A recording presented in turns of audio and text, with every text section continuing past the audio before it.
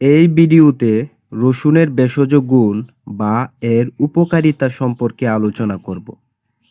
আপনি যদি নিয়মিত রসুন খান তাহলে আপনার শরীরে যে পরিবর্তনগুলো হবে। রসুনে থাকা এলিসিন আপনার শরীরকে জীবাণু ও ঠান্ডার বিরুদ্ধে লড়তে সাহায্য করবে। রসুন শরীরের রক্তনালী নরম রাখে এবং উচ্চ রক্তচাপ কমাতে সাহায্য করে।